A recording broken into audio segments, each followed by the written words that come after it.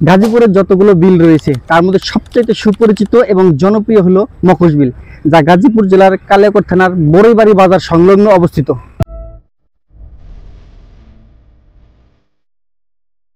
গাজীপুরের ঐতিহ্যবাহী এই মকশ বিলটি রয়েছে বহুমুখী পরিচিতি।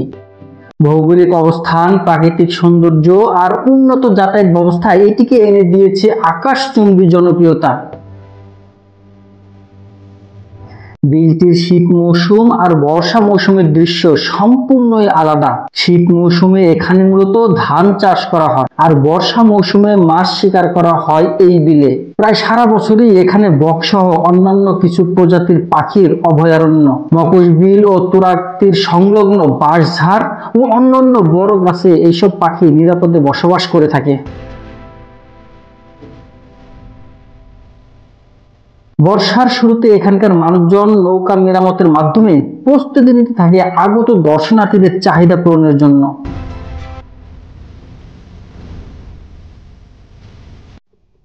পানি আসতে কতদিন লাগতে পারে? আরো এক সপ্তাহ মধ্যে এসে পড়বো। এখানে নৌকা রেডি হচ্ছে নাকি? না, আমরা তো আসি প্রতিবারই। আপনার নাম কি ভাই? নিরঞ্জন সরকার। যখন পুরোদমে বর্ষা চলে আসে তখন সম্পূর্ণ বিলটি হয়ে ওঠে গাজীপুরের অন্যতম একটি পর্যটন কেন্দ্রে।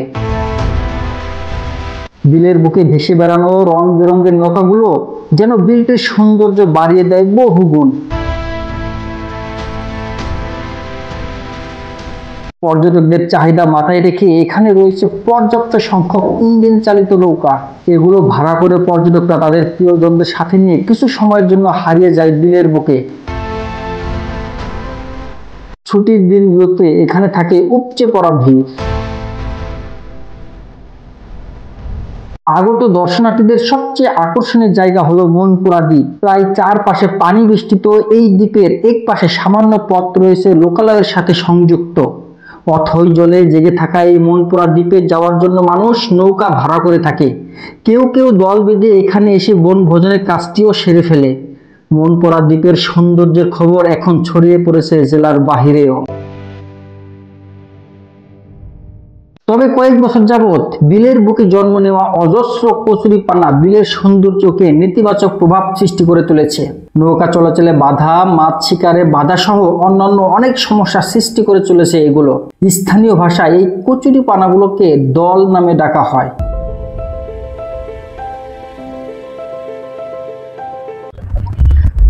আগত দর্শনার্থীদের খাবারের চাহিদা পূরণ করার জন্য এই মকশ বিলের চারপাশে গড়ে উঠেছে অসংখ্য জলকুটির।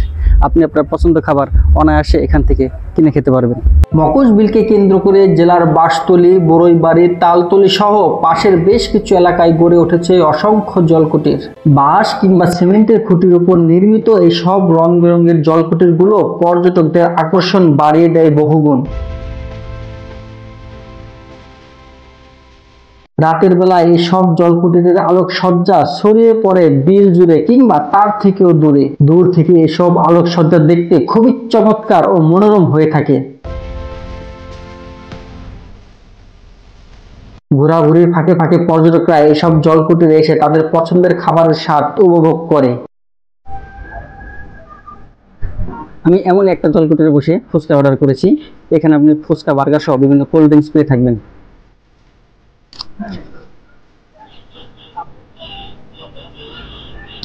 100 টাকা প্লেটের ফুচকা। আমি রিভিউ খুব বেশি দিতে পারছি না, মোটামুটি চালিয়ে নেওয়া যাবে।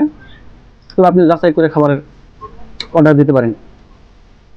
দই দিয়ে তৈরি এই এলাকাগুলোর মাঠা এখন দেশ জুড়ে খ্যাতি লাভ করেছে।